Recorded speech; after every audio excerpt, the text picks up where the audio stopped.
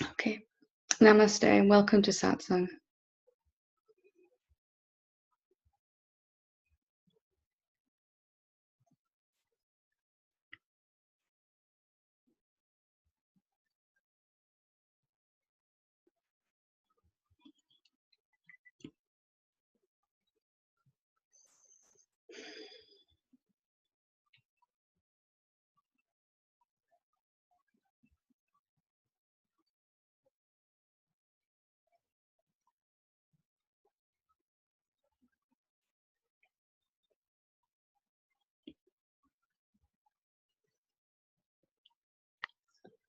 So as usual tonight, there's been a subject coming up this week, really in many different ways. So it's always worth addressing something that is coming up. Many people are asking questions about it in different ways. So I wanted to really look at this term that's quite widely used, really, in Satsang, in awakening circles altogether, and that is non-duality. It's almost fashionable, and I remember when I was waking up, there were all these people that were into non-duality as if it was the latest fashion, but it's not often completely understood as to what it actually means. I mean, yes, we can very literally translate it into a literal meaning, but to what it means in terms of awakening, what is non-duality? And perhaps just as importantly, what isn't it? What is it not? So non-duality means literally not two, just like Advaita Vedanta means not two, that which is one. And it's easy to say not two, but to live from that oneness, to actually the full extent of what's possible as the one. It's not always obvious to us when we're waking up along the pathway. Most of us, we start out our spiritual search by feeling that we are someone, trying to wake up, trying to get away from suffering, trying to realize the self. And then we may have some glimpse or some seeing or some opening up to realize that what we are is not at all what we thought we were. We're not actually a separate being, that we are something, excuse me, something so much more fundamentally whole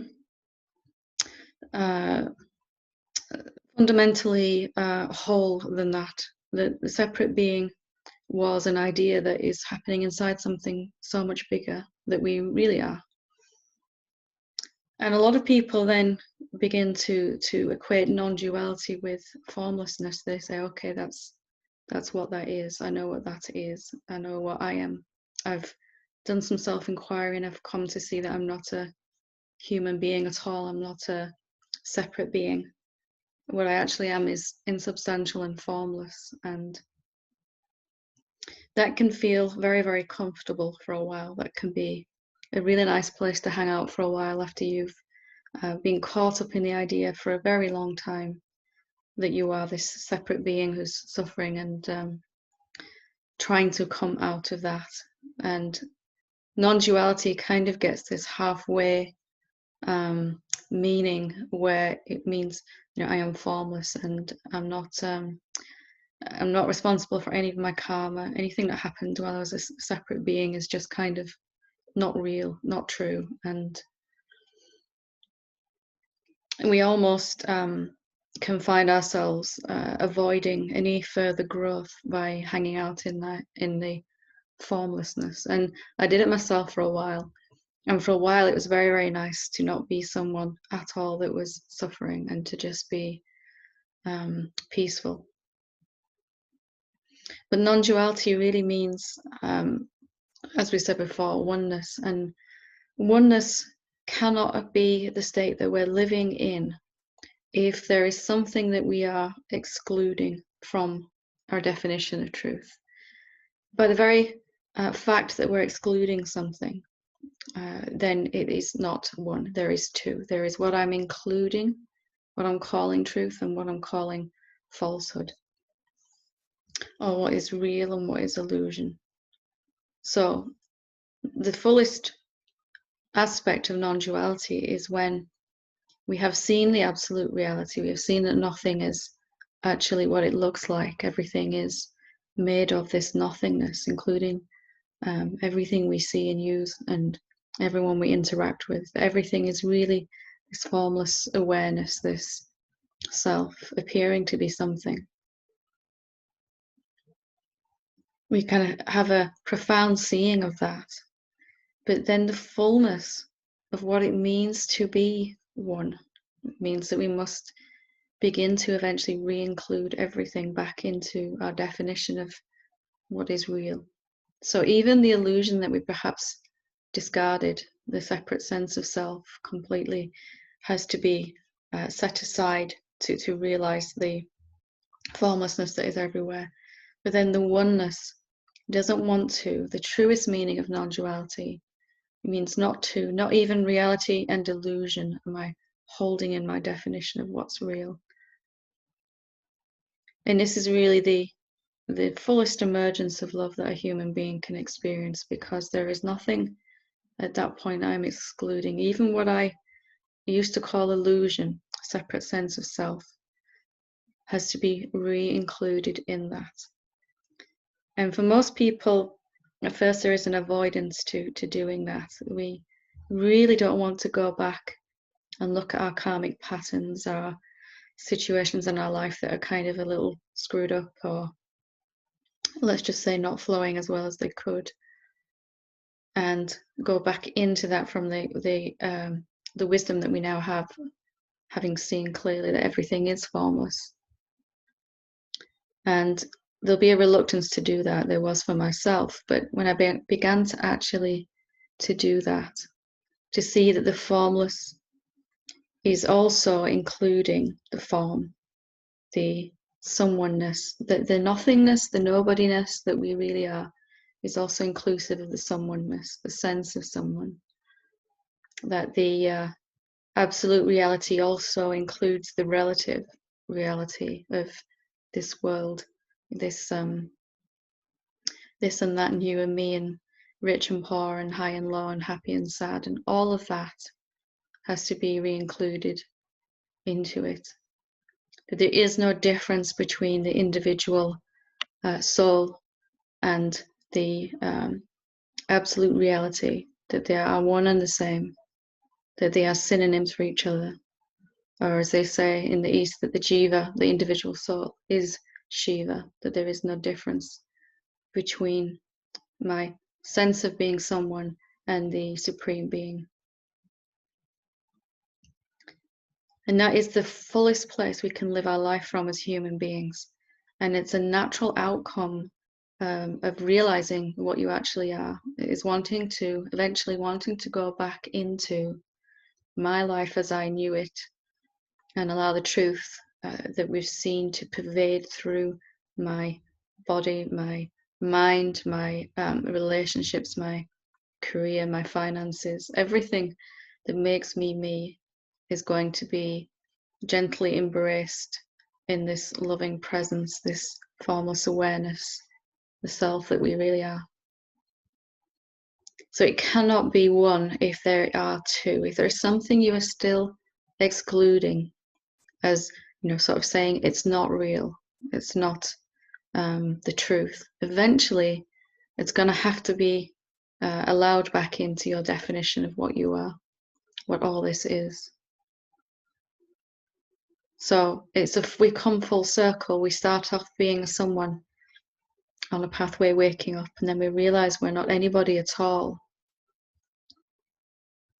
And then full circle back to including the somebodyness, but from the real place of seeing that this body, all of this is made from that pure formless essence. There is no better way that we can experience life as a human being than from the conscious realization, the effortless realization, and the continuous knowingness of what we actually are, and then to go about our human lives, to fully embrace the individual way that the self is appearing as you, as your life, as your likes and dislikes, as your preferences, as your personality, as your food choices, as your music choices, what you love to watch on the TV, all of that that makes you you. You're and the unique way that the self can even express itself through a relationship. All of that is the way that the one being is appearing as your life. And the truth will really want to come back and embrace all of your humanness, or perhaps all the parts that we've been trying to get away from at first will have to come back and be looked at in the light of this awareness.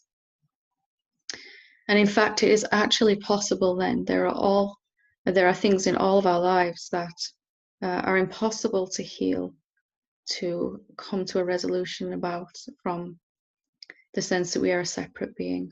There are things that are absolutely challenging to embrace, and even impossible to embrace as a separate being. And then to come back and re-embrace them from the place of wholeness, from seeing that we were always safe, that we were never actually in any danger, that we have never ultimately suffered as the absolute reality, even though it seemed extraordinarily real while it was happening. This dream of being someone, this very, very long dream that someone is all I am. We can finally embrace a healing from that place. The highest evolution that the self is capable of is as a human being, living as a human being that is appearing as a human being that's self-aware and knows its real source, knows what it actually is, and yet at the same time is absolutely embracing their humanity, absolutely embracing all that comes with that, being 100% authentic in every moment, whatever that looks like.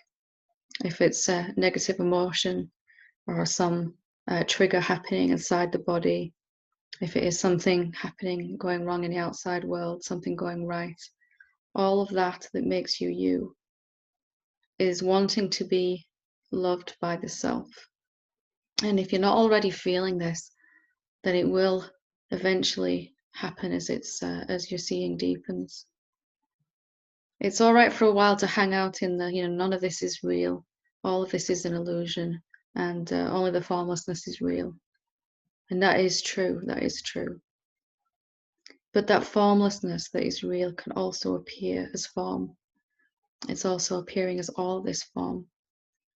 And you won't feel complete totally until you've re-embraced everything that makes you you, your quirks, your perceived flaws that aren't really flaws, your character traits that you would like to release, things that you would like to develop, perhaps, whatever it is that you want to become. All of that is also included in the perfection of who you are.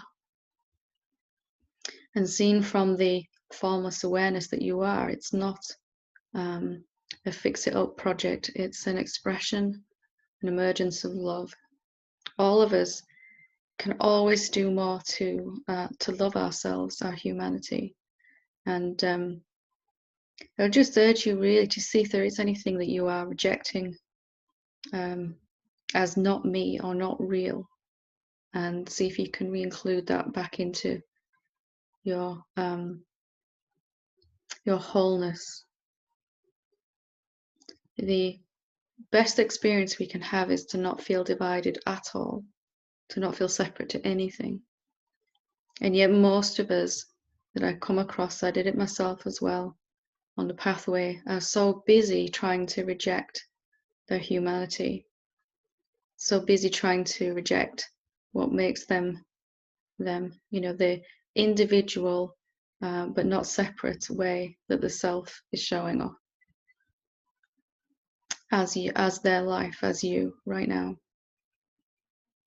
So even the minutiae of your existence, all the day-to-day things, all the seemingly routine and mundane, all the marvelous self appearing as that can be experienced in a whole different way Life as a human being isn't just something to do until we realize the self to pass the time. And it isn't just wake up as quick as we can until before the body disappears. But there is this marvelous period afterwards, after seeing clearly, of a re-embracing, a falling back in love with everything that makes you you, and an enjoyment of living your life without any unworthiness anymore, without any sense of lack, without any ability to suffer. Even if an emotion comes up or some trigger happens, you still won't be suffering. And I kind of feel that we have a privilege, a right, or even a responsibility to be an example of what a human being can be. That we can be completely connected with an intimate and effortless knowing of what we really are, and also fully being the human being that the self is appearing as. Really embracing your life, your relationships, your work, whatever it is that makes you you. So things will come, things will be healed, things will resolve, things that perhaps we've been running away from, things that we've been trying to get some distance from, dysfunctional parts of our life as a human being. The call of love, the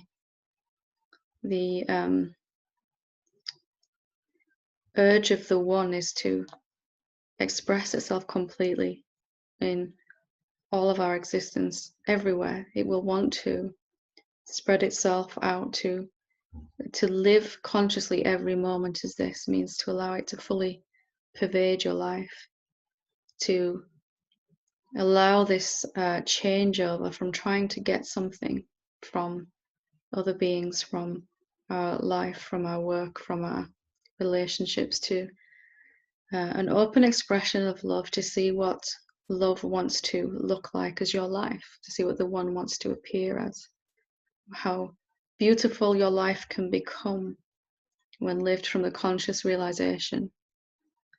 It's not a mistake or something to just be tolerated that you have a human existence. Perhaps we don't often really stop and take a look at how lucky we are that we can even have this kind of conversation with each other in Satsang. In no other species on this planet can the self recognize itself like you're doing.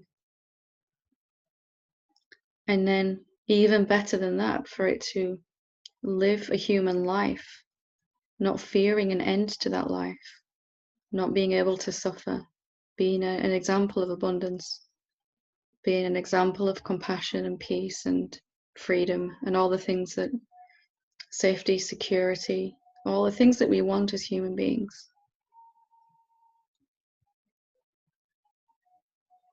So can you fall back in love with who you are as a human being a little bit more? Can you embrace your quirky bits a little bit more? Can you give yourself a break and start to see yourself as a self would? That there aren't any mistakes about you at all. They only perhaps looked like those, like flaws from our idea that we were a separate being trying to feel more secure, trying to feel more loved. What's it like to live your life feeling completely and utterly worthy and loved and accepted and safe? What can that look like? And aren't you excited to experience what that actually can be? How far can your life be an expression of this love?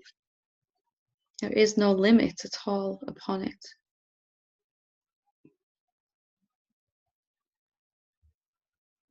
Non-duality is not just a stage that we go through or something we're into.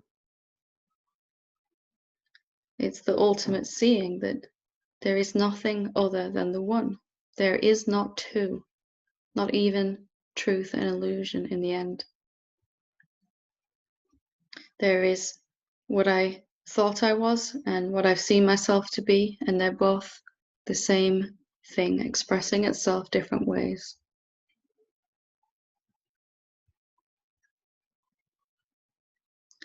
And there is nothing on this planet that we can experience that feels better than being completely unable to exclude anything at all.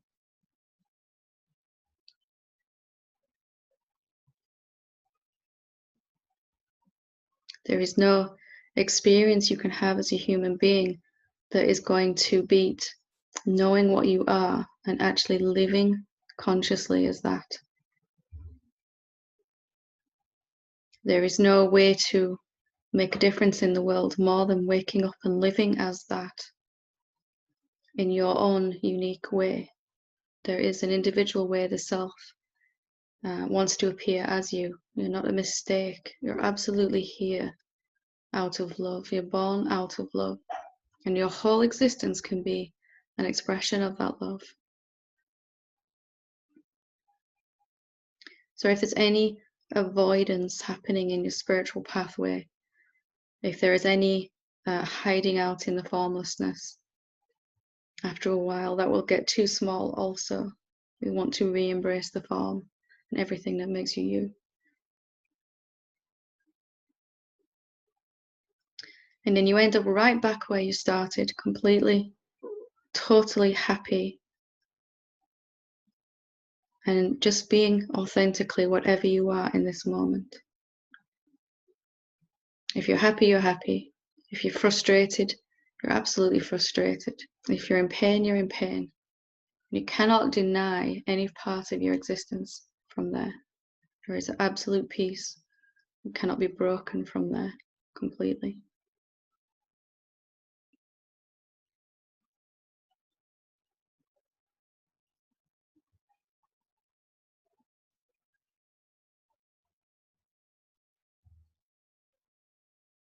It is absolutely worth taking the time to re-embrace who you are, to be the fullest expression of the one that you can be. That the supreme self doesn't exclude anything. It cannot say either or in the end. Everything is it. Even the illusion that we have previously discarded as unreal is it. Self does not even know any categories of real or unreal. Those are the final discernments of the mind or ego, and eventually they'll have to be dropped in the fullness, in the one.